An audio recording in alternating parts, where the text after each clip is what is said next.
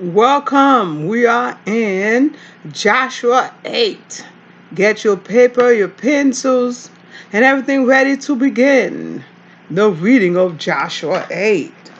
We learn from Joshua 7 that God had let the enemies ambush the Israelites, where many of them were dead, and a whole family were destroyed for disobeying the word of God.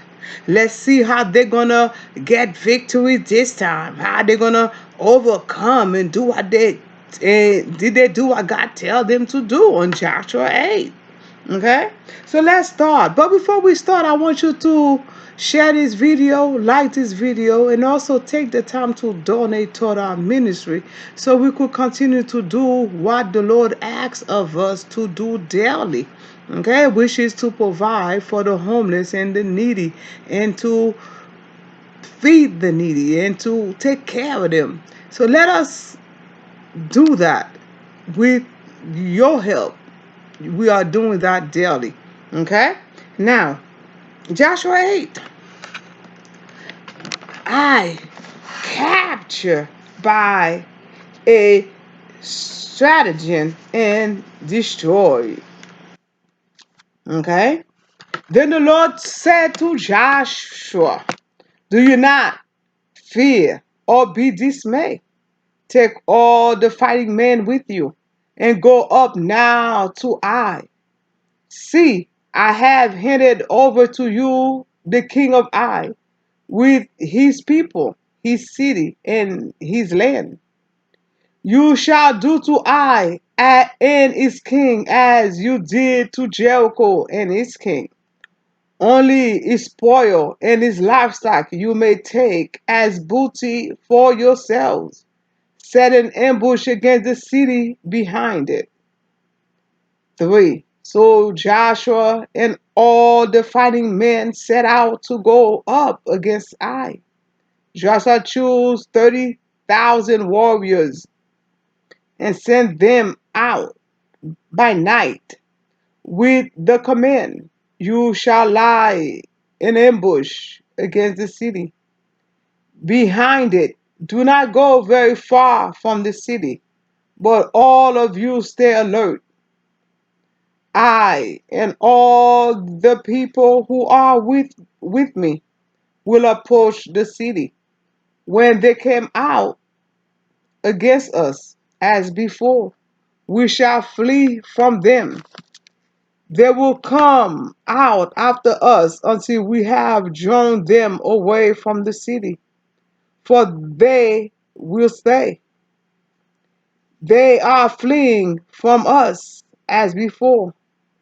While we flee from them, you shall rise up from the ambush and seize the city. For the Lord your God will give it into your hand. Number 8. And when you have taken the city, you shall set the city on fire, doing as the Lord has ordered. See, I have commanded you.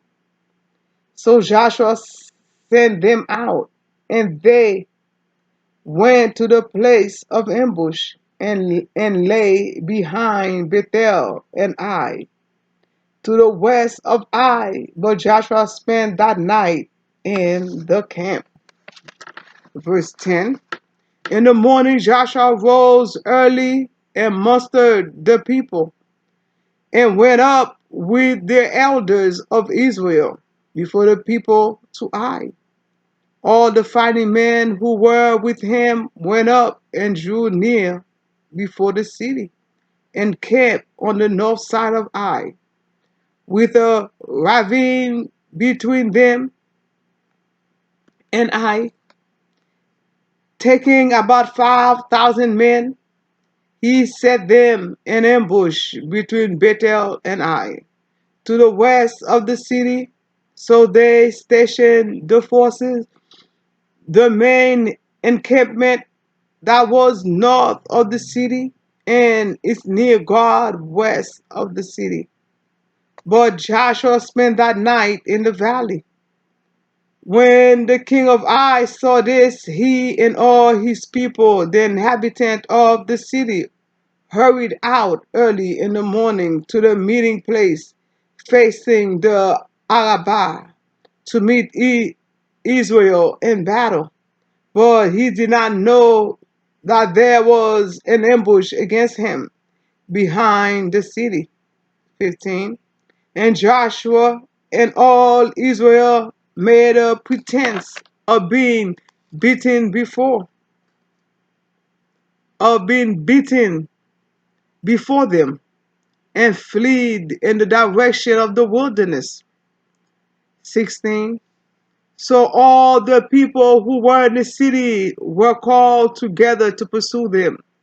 And as they pursued Joshua, they were drawn away from the city. There was not a man left an Ai or Bethel who did not go out after Israel. They left the city open and pursued Israel. 18. Then the Lord said to Joshua, stretch out the sword that is in your hands toward Ai, for I will give it into your hand. And Joshua stretched out the sword that was in his hand toward the city. 19. As soon as he stretched out his hand, the troops in ambush rose quickly out of their place and rushed forward. They entered the city, took it, and at once set the city on fire. 20. So when the men of Ai looked back, the smoke of the city was rising to the sky. There was no power to flee this way or that, for the people who fled to the wilderness turned back against the pursuer. 21. When Joshua and all Israel saw that the ambush had taken the city, and that the smoke of the city was rising, then they turned back and struck down the men of Ai. And the other came out from the city against them. So they were surrounded by Israelites, some on one side and some on the other. And Israel struck them down until no one was left who survived or escaped. 23. But the king of Ai was taken alive and brought to Joshua. 24. When Israel had finished slaughtering all the inhabitants of Ai in the open wilderness where they pursued them, and when all of them to the very last has fallen by the edge of the sword, all Israel turned to Ai and attacked it with the sword, with the edge of the sword. 25. The total of those who fell that day, both men and women, were 12,000, all the people of Ai. 26. And Joshua did not draw back his hand with which he stretched out the sword until he had utterly destroyed all the inhabitants of Ai. Only the livestock and the spoil of that city Israel took as their booty, according to the word of the Lord that he had enshrined to Joshua. 28. So Joshua burned Ai and made it forever a heap of ruin, as it is to this day. 29. And he hanged the king of Ai on the tree until evening. And at sunset, Joshua commanded, and they took this body down, and they took his body down from the tree, threw it down at the entrance of the gate of the city, and raised over it a great heap of stone, which stand there to this day. Verse 30. Then Joshua built on Mount Ebal an altar to the Lord, the God of Israel.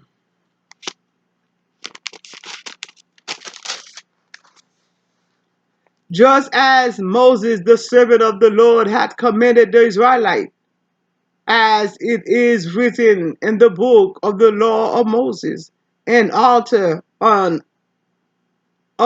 him stone, on which no iron tool has been used, and they offered on it burnt offering to the Lord, and sacrifice offering of well-being. 32. And there, in the presence of the Israelites, Joshua wrote on the stone a copy of the law of Moses, which he had written. All Israel, alien as well as citizen, with their elders and officers and their judges, stood on opposite side of the ark in front of the Levitical priests who carries the ark of the covenant of the Lord, half of them in front of Mount Gerizim, and half of them in front of Mount Ebal, as Moses the servant of the Lord has commanded at the first, that they should bless the people of Israel. And afterward he read all the words of the law, blessing and cursing, according to all that is written in the book of the law. 35. There was not a word of all that Moses commanded that Joshua did not read before all the assembly of Israel, and the women and the little ones and the aliens who reside among them. Okay. As you can see, this chapter have 35 verses for chapter 8. So get yourself ready because it's going to be a little bit long. If you have to drink something, go get it. Okay. Now, chapter 1, verse 1 to 13, we talk about setting the trap at Ai. Okay, setting a trap at Ai. Okay, now, verse 1 to 29 talk about the ambush and victory at Ai. Here, Yahweh take charge. Joshua and Israel strictly obey orders, and victory is secured. The clustering of references to I 22 occurrence in the chapter suggests that two narratives have been combined. Three segments that together mention I exactly 11 times. Verse 1 and 2, verse 12 to 19, verse 26 to verse 29. I, okay, alternative with two other units on verse 3 to verse 11, and also verse 20 to verse 25. The set of three scan in Hebrew as continuous narrative. Inclusion of verse 3 to verse 11. Amen. And verse 20 to verse 25. Turn the story of the victory at Ai into a preview of the victory at Gilbert and city wall at the end of the wider era in Judges 20. The terrain around Ai and the terrain around Gibeh are similar enough that it would not be surprising to have the ambush at one place sound so much like the one at the other place. That was a review of 1 to 29. Okay?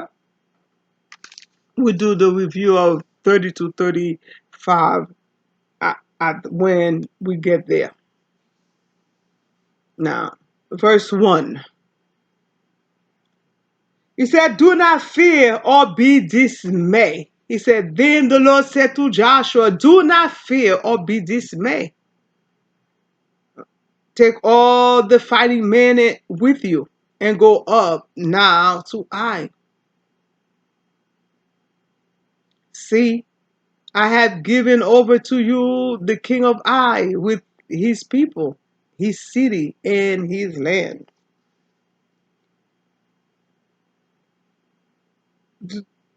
Do or be dismayed. Do not fear." Recurring encouragement in Yahweh's war. When you look at Exodus 14, verse 13,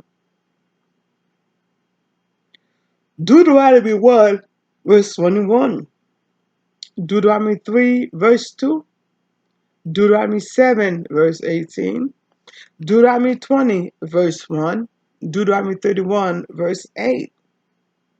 Archaeology has shown that the king of Ai ruled at most a small village. It is conceivable that he was the size and reign of kings rallying at the ruin to oppose Joshua and his follower. All right? Now, do not fear, do not be dismayed. God told that to the Israelites from the beginning. If they had listened, if they had listened, they wouldn't spend 40 years in the wilderness. You know what I'm saying? If they had listened, everything that happened to them, it would not have happened. Lack of trust caused them to spend 40 years and dying off. A whole generation died off because they disobey. Because they don't trust. They're scared. They think they worry about it right now. They don't see the big picture. They don't see the big picture. Sometimes you have to look at the big picture to see, you know, and know that God have it under control. Okay? Now, let's do verse 2. From now on, Israel is to follow the more usual pattern of killing all potential slaves, but keeping the other spoil or war, even though ultimate victory is given by the Lord in verse 1 and verse 7 and also verse 18. Human strategy and ambush is still required. Verse 2 says, to talk about the ambush. You shall do to Ai and its king as you did to Jericho and its king. Only its spoil and its livestock you may take as booty for yourselves. Set an ambush against the city behind it. Okay? Set an ambush. An ambush is Yahweh's strategy. Right? When you look at Judges 20, verse 29 to verse 34, that's Yahweh's strategy. Right? When you go into a war, you cannot just go like that as though you have it. You must have a plan, a way of succeeding. Okay? Now, in verse 3, here the ambush is 30,000 strong. In verse 12, it it will number only 5,000. Such irregular irregularities resulted from different narrative versions were blended together. As you see, one will say 5, one will say 30,000, or depending on which one. Okay, now there is no place on the watershed ridge in the vicinity of Ai to hide a force of 30,000. 30 muster 30 muster unit would be more like would be would be very hard to hide. When you look at Joshua 4 verse 13, okay, it's not like you're gonna hide 3,000, but 30,000 unit is very hard. It's like an army charging to you.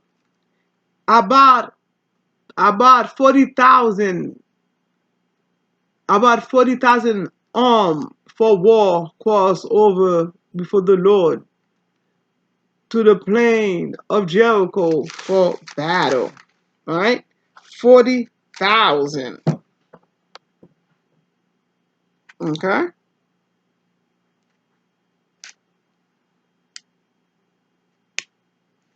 Now,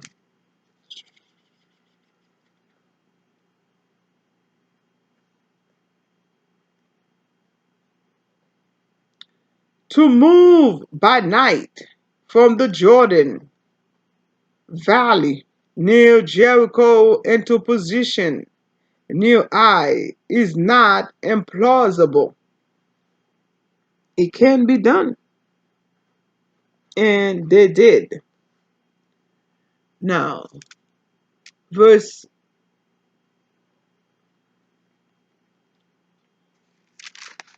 let's continue on to verse 8. Verse 8.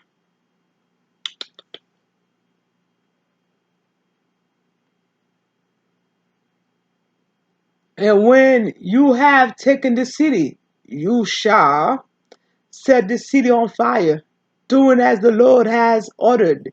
See, I have commanded you.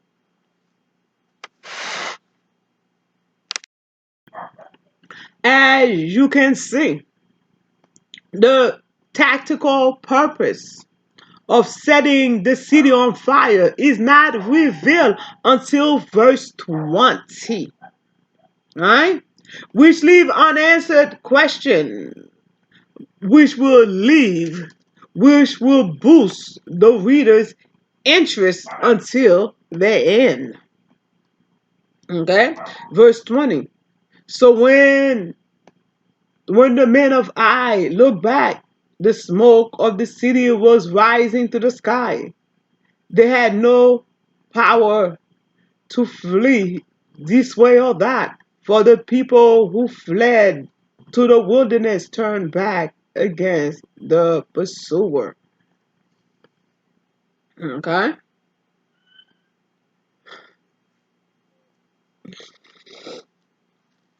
Verse 10.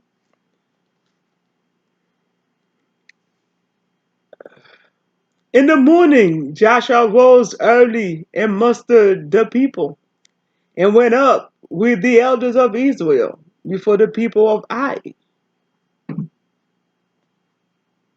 The elders.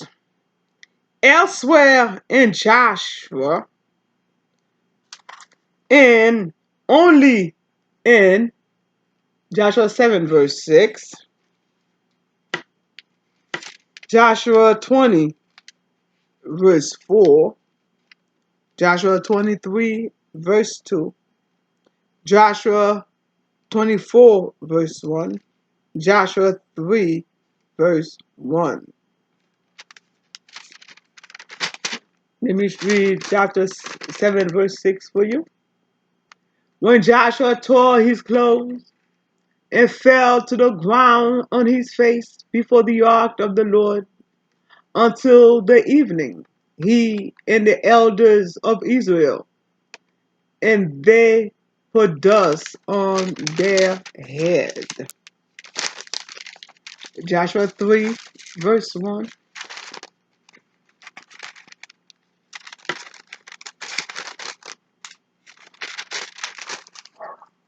Early in the morning, Joshua rose and set out from Shittim with all the Israelites, and they came to the Jordan. They camped there before crossing over.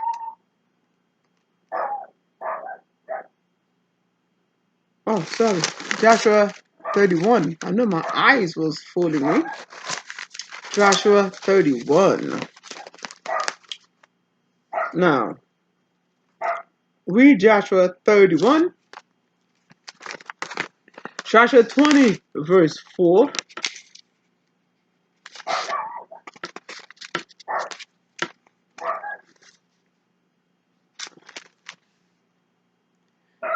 The slayer shall flee.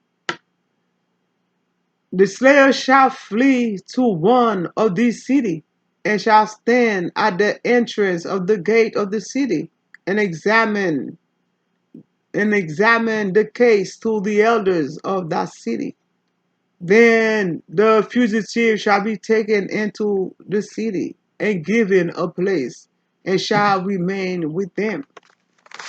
Now, as you know, every church have elders. Okay? Every community have a group of elders who govern it. You could say,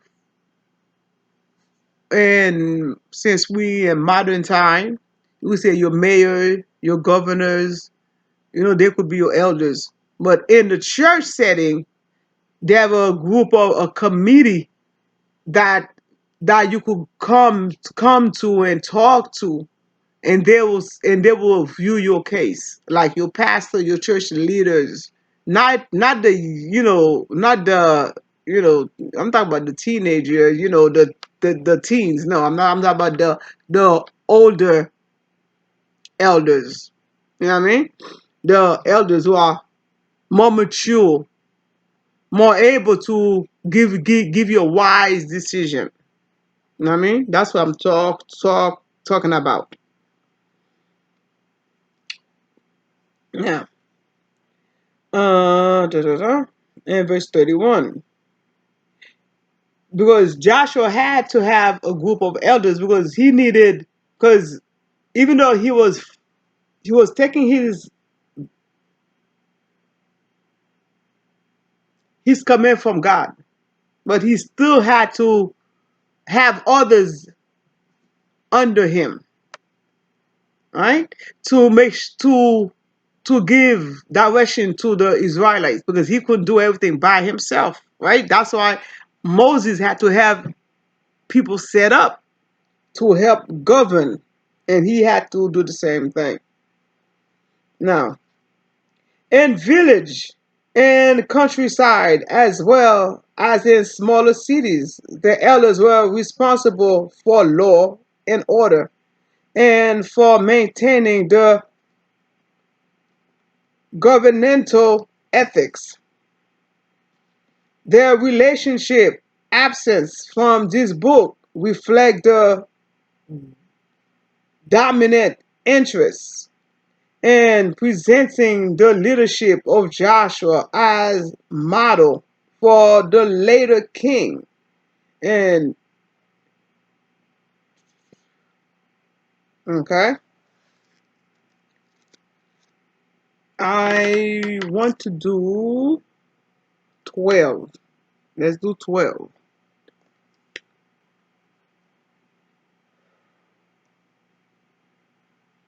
They said to him, "We have come down." No, no, no, no, no, no, no, no. I'm in the wrong thing. I'm all the way in Judges. God dog. I gotta flip the pages. Okay, 12. Taking about 5,000 men. He set them in ambush before He set them in ambush between Bethel and Ai to the west of the city.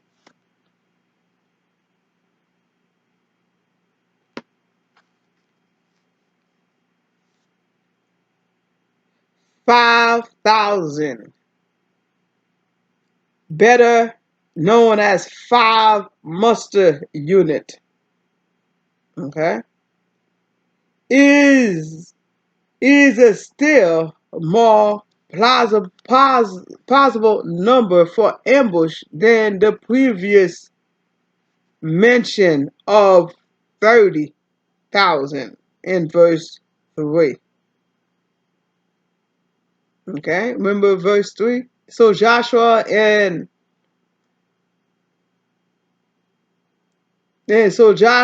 all the fighting men set out to go up against Ai. Joshua chose 30,000 warriors and sent them out by night. If you was looking in Joshua 7,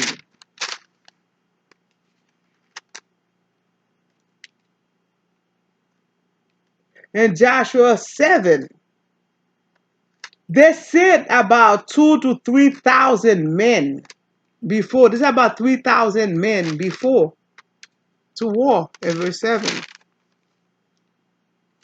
So it is possible that you don't have to use a lot when God is with you. Okay.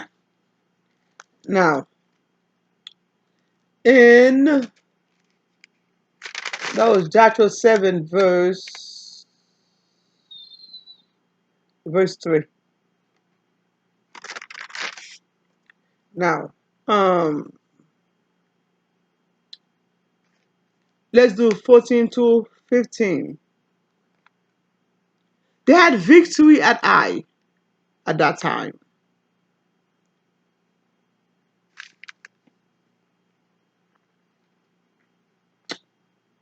When the king of Ai saw this, he and all his people, the inhabitant of the city, hurried out early in the morning to the meeting place facing the Arabah to meet Israel in battle. But he did not know that there was an ambush against him behind the city. 15. And Joshua and all Israel made a pretense of being beaten before them and fled in the direction of the wilderness. The sight of Israel main army draws the forces of Ai out of the north. Israel withdraw pulls them further away from the city in the direction of the wilderness. That is eastward, away from the ambush on the west. We talk about that on verse 12 and verse 13. Verse 12. Let me read that to you. Taking 5,000 men, he set them in ambush between Bethel and Ai, to the west of the city. So they stationed the forces, the for main encampment that was north of the city, and its rear guard west of the city. But Joshua spent that night in the valley. Now, let's continue on and do verse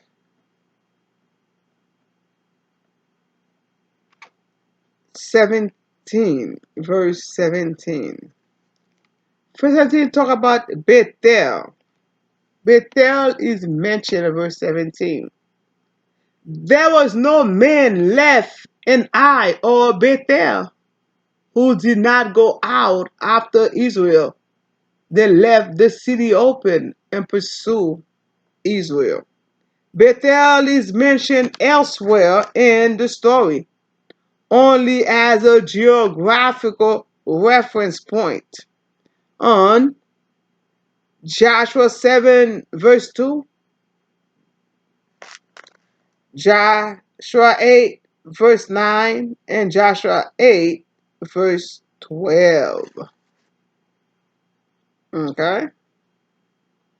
It may rather refer to the sanctuary Bethel, which is Hebrew, which means house of God, at I left unintended. Okay? The Hebrew word for Bethel is house of God. Verse 18.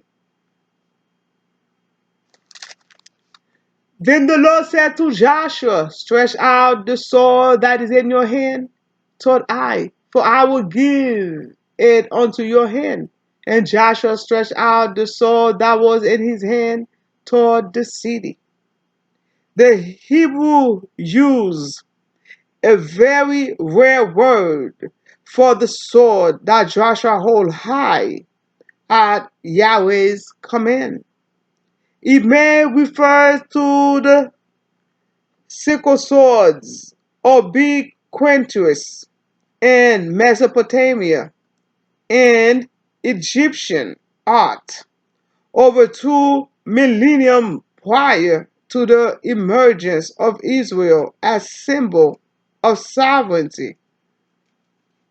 The outstretched arm of Moses at the battle with Amalek in Exodus 17, verse 11, in reference to the arm of Yahweh at Israel's deliverance in Deuteronomy 26, verse 8, Psalm 44, verse 3, Isaiah 51, verse 9 to 11. Okay, let's do verse 19. As soon as he stretched out his hand, the troops in ambush rose quickly out of their place and rushed forward. They entered the city, took it, and at once set the city on fire. The smoke of the city. Joshua extended sword, signals the ambush to overrun the undefended. In verse 17. Verse 17. There was no man left in Ai or Bethel who did not go out after Israel. They left the city open and captured Israel. When the enemy is fleeing, he will not have time to lock up the city. They left the city unattended. Every man left.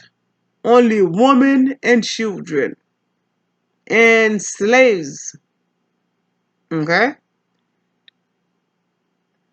They were also ambushed. The slaves. Everyone had to die. Because the Lord said, kill everyone except the livestock. Except the livestock and take all the spoils. As you see last time in verse 7, they had to destroy everyone. From verse 6 to 7, they had to kill everyone. Right? Chapter 7, chapter 6. They had to kill everyone. They should not leave nothing behind. Not even a slave, not even an animal. So, verse 20. 20 and 21.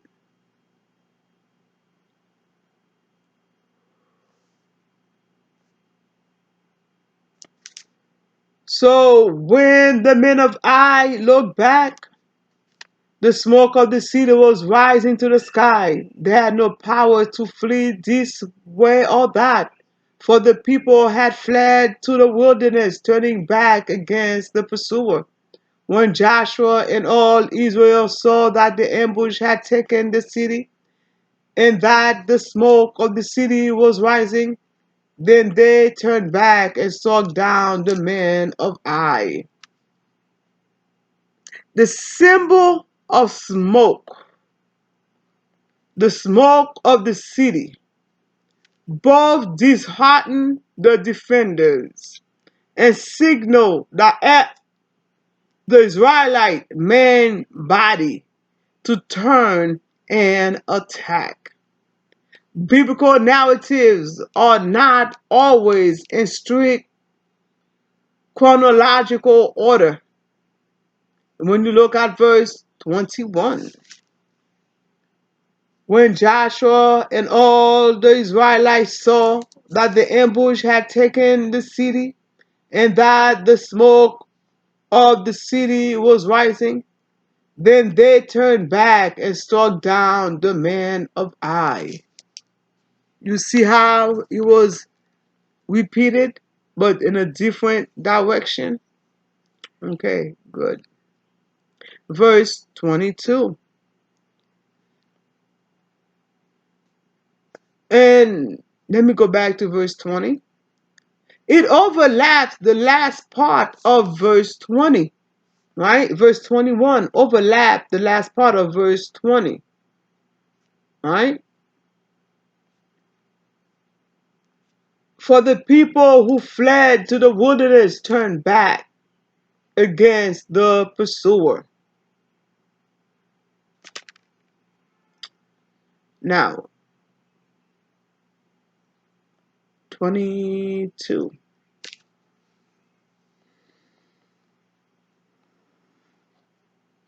And the others came out from the city against them.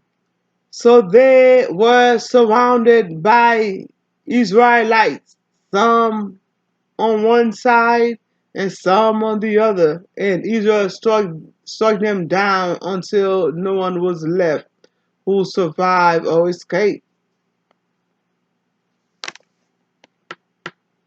The Israelite ambush come out of Ai to attack the enemy rear. So they were surrounded by Israelites. Everywhere they turned, I was surrounded by Israelites.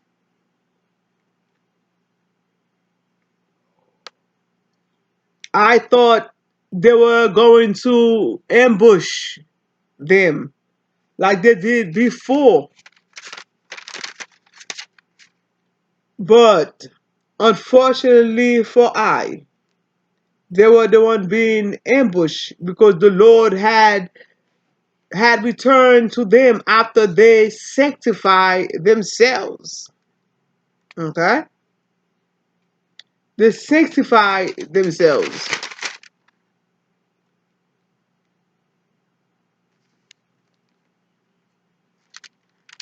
On chapter 7, the Lord had led them to die at the hand of their enemies. But this time, He restored them.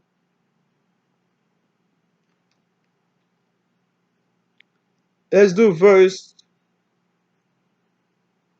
25.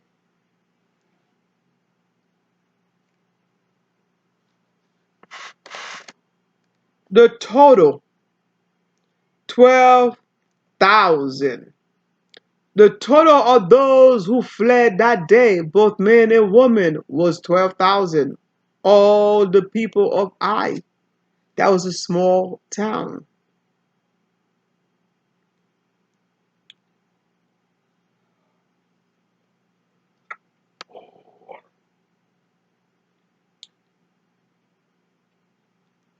When you look, okay, when you look on Joshua 4 verse 13 again, Okay? Let me read that for you.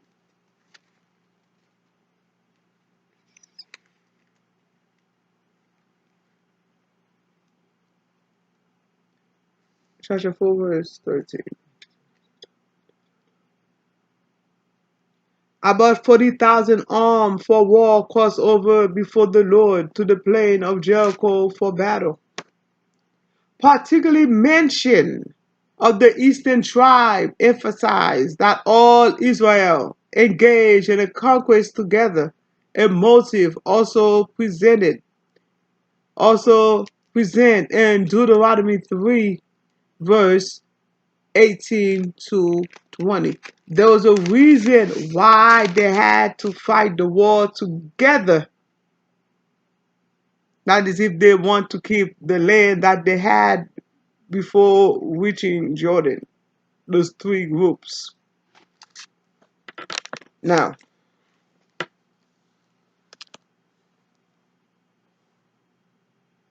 okay. And also, when you look at Joshua 7, verse 5, Joshua 7, verse 5, the men of Ai killed about 36 of them, chasing them from outside the edge as far as Shebarim, and killing them on the slope. The heart of the people melted and turned to water. Now,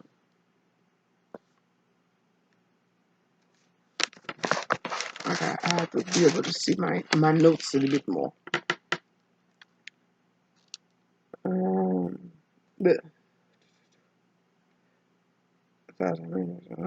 the loss of Israel in the first battle, 36, and Joshua 7, verse 5, which I just read to you, probably set the limit for a total loss of 75 to 150 in the Israelite victory.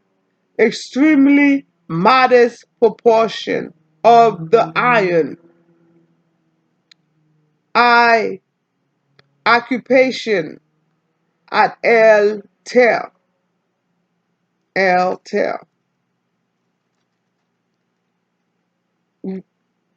Okay. Belongs to a pattern developing north and south along the watershed ridge in the early 20th century BCE.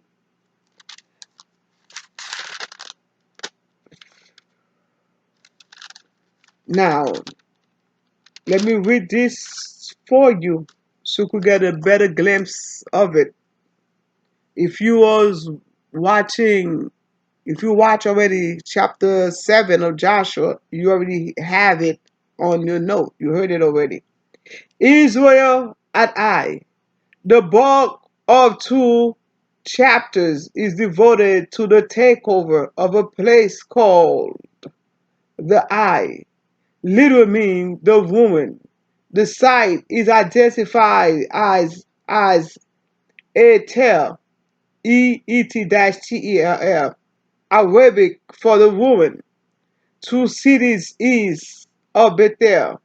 During the settlement period, Etel was at most a small unwalled village nested amid the ruin of a major walled city from the 3rd millennium BCE.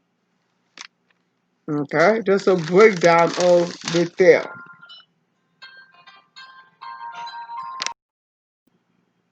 Now, devoting the enemy population to destruction, utterly destroyed.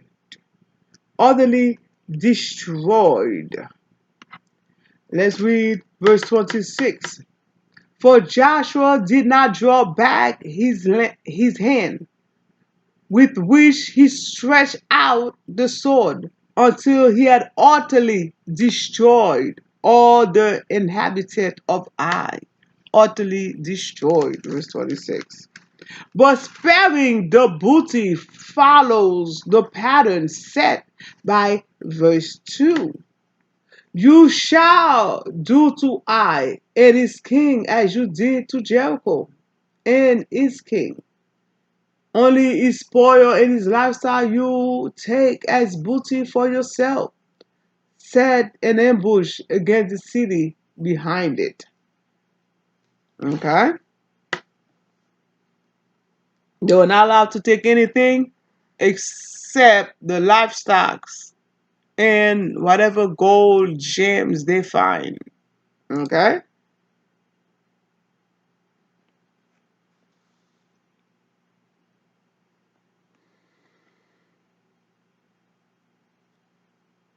Verse 26 and 27.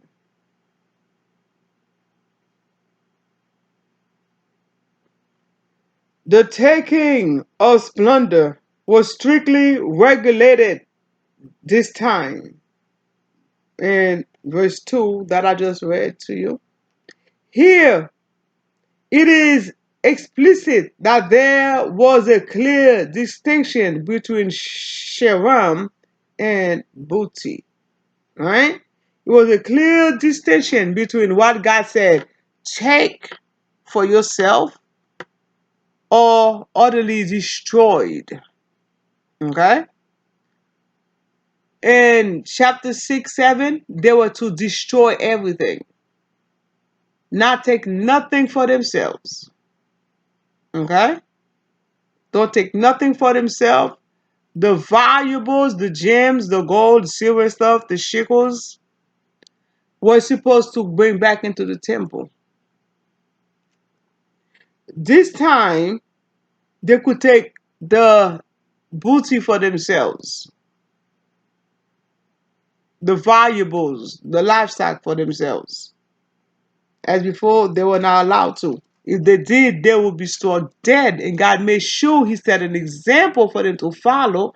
So when they saw that, they was like, okay, they saw how He had made them stone their own brothers, burn their own brothers, and keep and turn it into a memorialized monument in front of them, so they could be remembered not to touch what don't belong to them. What God say is trash is trash. What God say is good.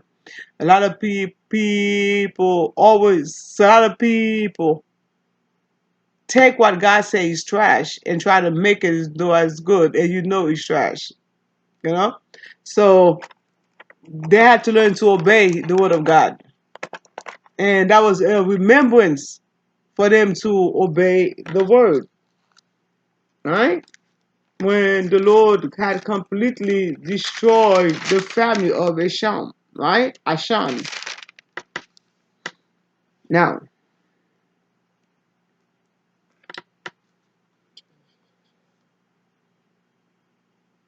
verse 28.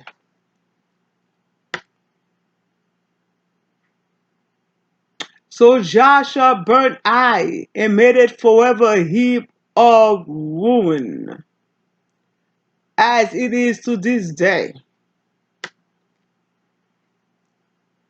Joshua's action explained the name of Ai, which means the ruin. Right? You had to be destroyed.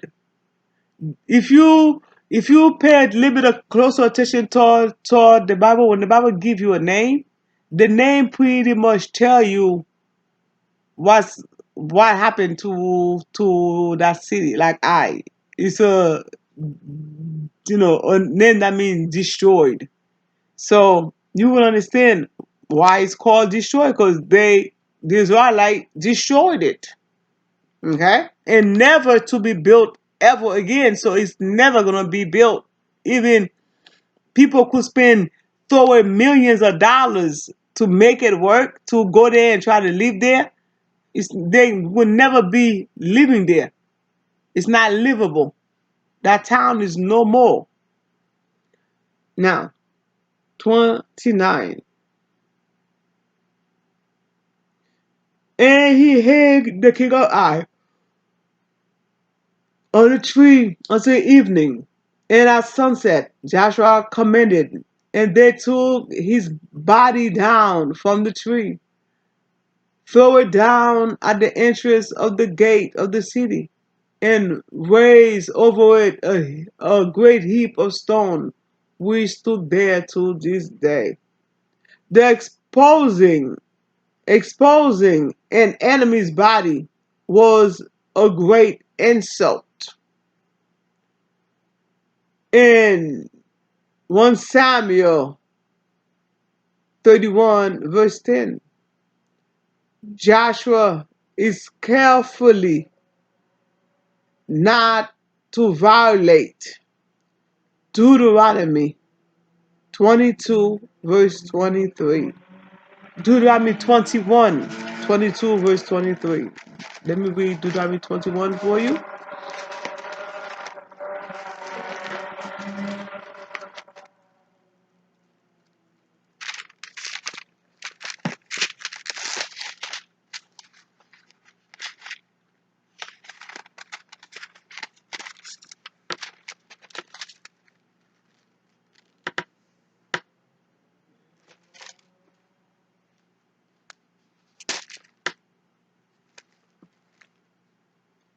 When someone is convicted of a crime punishable by death and is executed, and you hung him on a tree, his corpse must not remain all night upon the tree.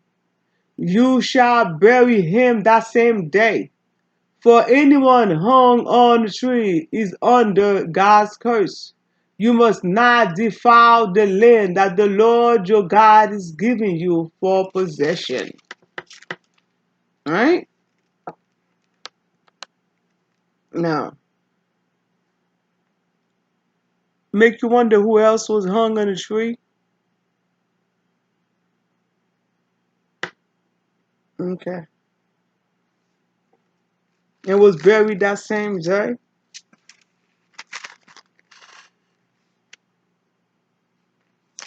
Even though it was not a tree, but it was a course that was made out of tree.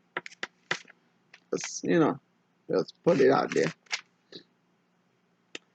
Now, this great heap of stone was presumably a well-known landmark. A well-known landmark. When you look at Joshua 7 verse 26, let me read 26 for you. And raised over him a great heap of stone that remained to this day. Then the Lord turned from his burning anger. Therefore, that place to this day is called Valley of Ashar. Now, also Joshua 10, verse 27. At sunset, at sunset, Joshua commanded, and they took them down from the tree and threw them into the cave where they had hidden themselves. They are large. They set large stone against the mouth of the cave, which remain to this day. Okay? That was when the 5 kings were hiding in the cave. Okay. Now, let's do 30 to 35.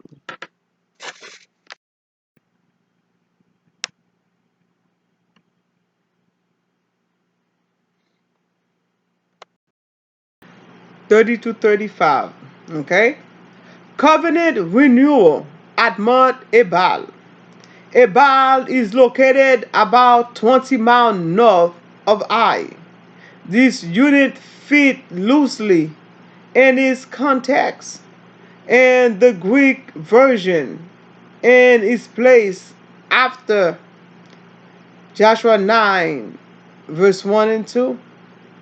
In fact, the coalescence of Israel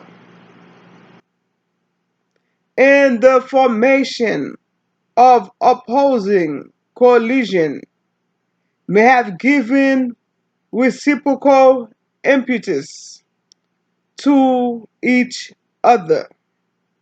When you look at verse 31, 30, and 31, Joshua shows that Joshua carrying out Yahweh's command at Joshua carrying out Yahweh's command to Moses in Deuteronomy 27, verse 4 to 5. Let me read verse 30 to 31.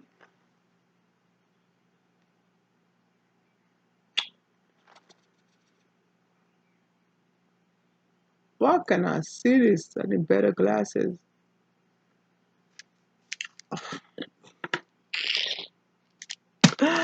Ooh, wow, verse 5 in front of my face. Then Joshua built on Mount Ebal an altar to the Lord, and God, the God of Israel, just as Moses, the servant of the Lord, has commanded the Israelites, as it is written in the book of the law of Moses, an altar of unhinged stones, on which no iron tool has been used, and they offered on it burnt offering to the Lord, and sacrifice offering of well-being. Now, and also Deuteronomy 27,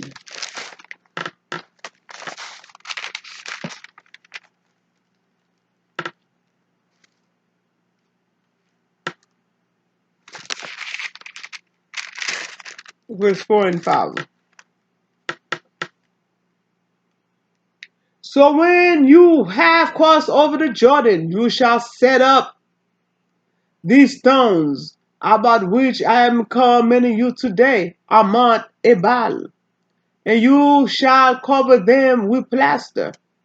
And you shall build an altar there to the Lord your God, an altar of stone on which you have not used an iron tool. Okay?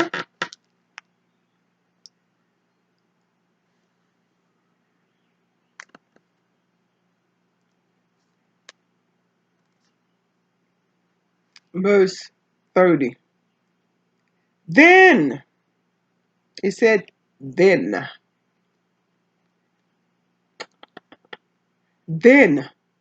Joshua built on Mount Ebal.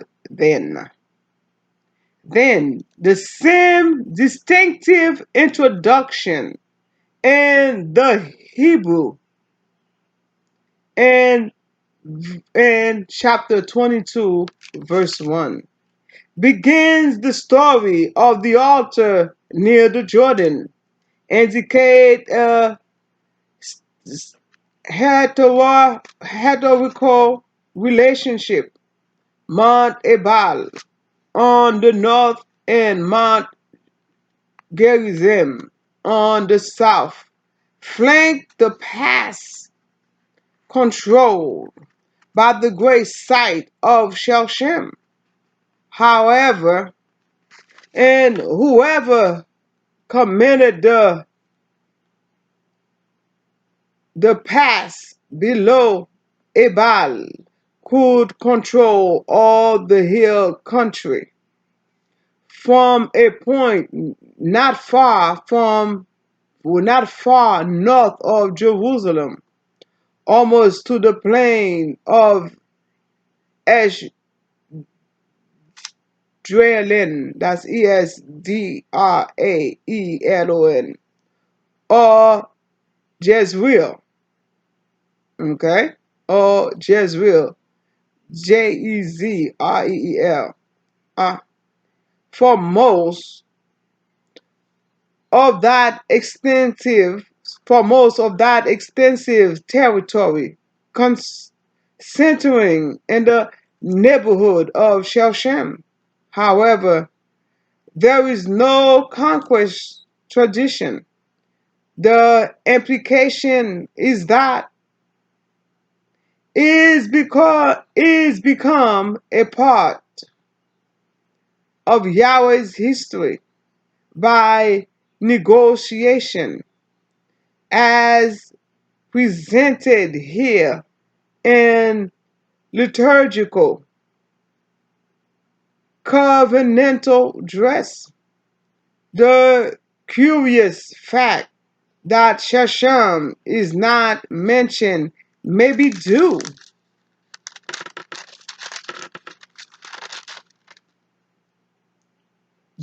to the fact that the city was destroyed in the mid 20th century BCE. When you look at the story of Abimelech in Judges 9, you will understand a little bit more. So go and read Judges 9. While the celebration of covenant renewal at Ebal presumably lived on, it has been proposed that is far from certain that a recently excavated iron eye sanctuary at El Banat on Ebal marked the site.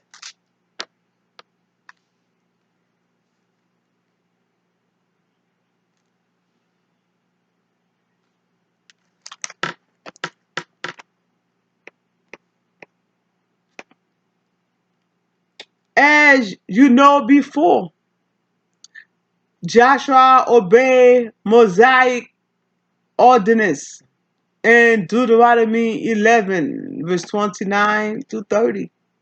And also chapter 27, Deuteronomy 27, verse 2 to 13. By building an altar for sacrifice, written written on stone, which is on verse 32. And arranging the people for blessing and cursing on verse 33. Deuteronomy 27 verse 5 that is quoted directly. It is quoted directly. Now, verse 22, 32, 32, 32. And there, at the presence of the Israelites, Joshua wrote on the stone a copy of the law of Moses, which he had written. 33. All Israel, alien as well as citizens, with their elders and officers and their judges, stood on opposite side of the ark in front of the Levitical priest who carries the ark of the covenant of the Lord, half of them in the front of Mount Gerizim, and half of them in front of Mount Ebal, as Moses, the servant of the Lord, has commanded at the first, that they should bless the people of Israel. Amen.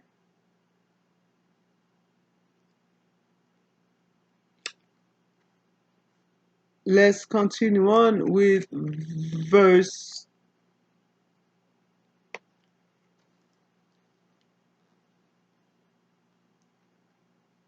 32, verse 32.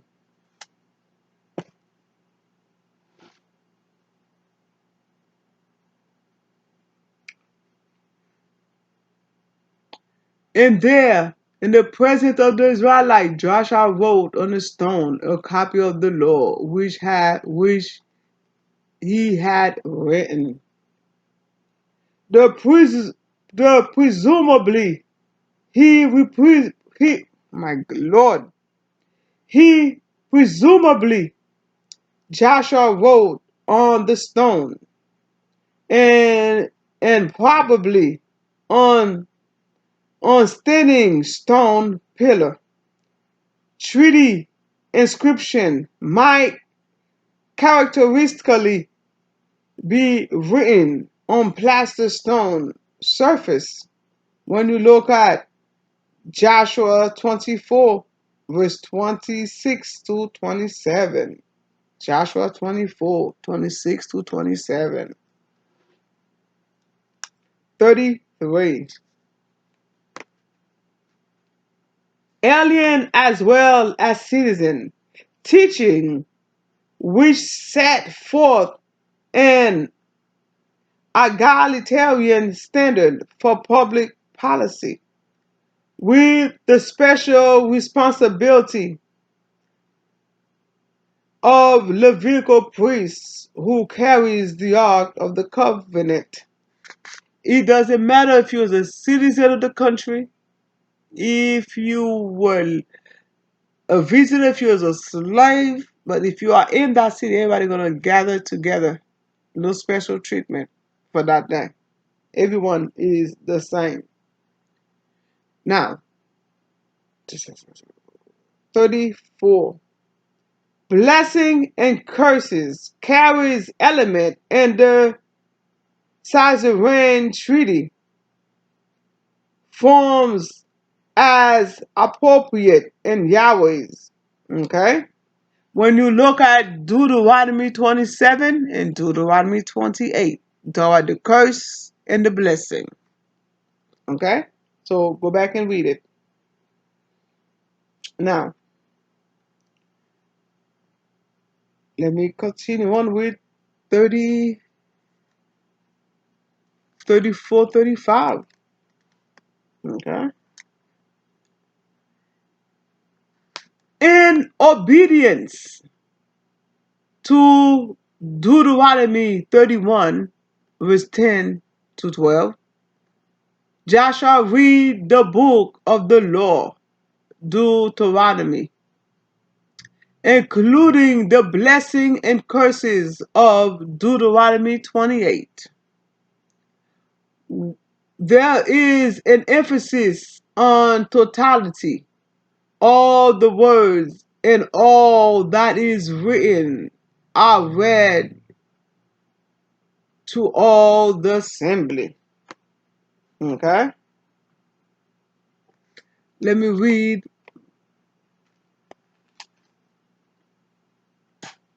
Deuteronomy 31, verse 10 to 12 for you. Wow. You want me to put it in now? 31,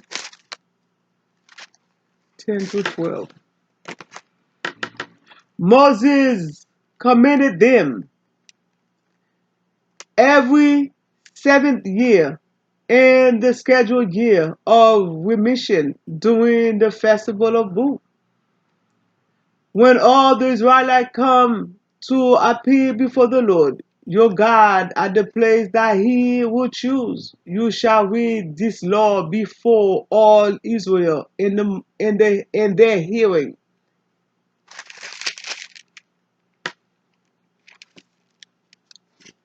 Assemble the people, men, women, children, as well as the alien residing in your town, so that they may hear and learn to fear the Lord your God, and to observe diligently all the words of this law.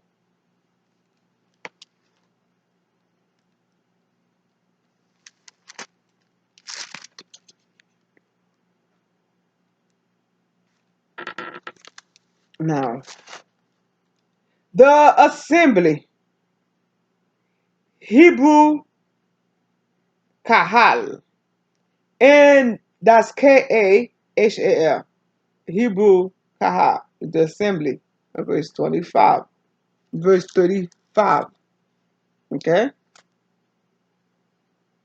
he said, there, there was not a sword at all that there was not a word at all that Moses commanded that Joshua did not read before all the assembly of Israel, and the woman and the little one and the alien who reside among them. The assembly in the era before the monarchy was the total of those gathered for one of the pilgrimage feast.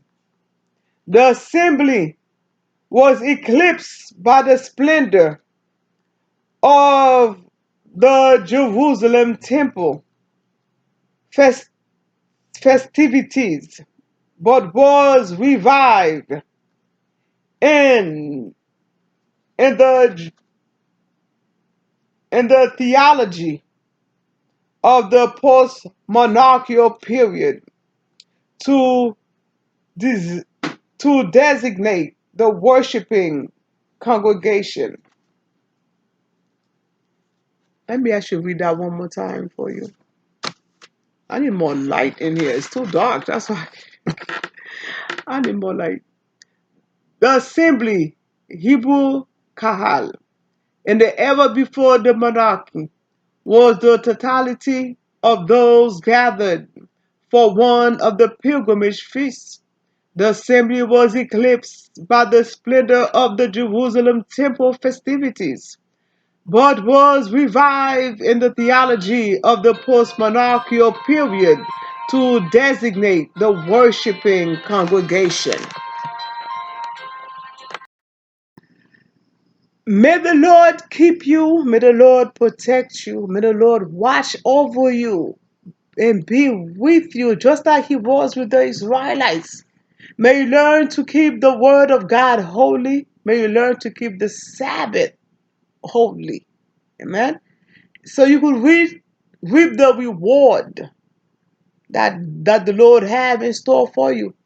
May you keep his commandments.